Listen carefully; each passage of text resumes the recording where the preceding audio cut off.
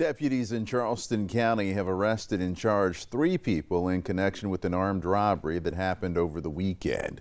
Deputies arrested and charged 18-year-old Elijah Lewis in connection with the Lincolnville robbery, which happened Sunday afternoon around 2 on Lincolnville Road. His booking photo wasn't immediately available. 4 victims told officials they were held at gunpoint while 3 suspects robbed them. Deputies were able to track down the suspect's vehicle in Somerville.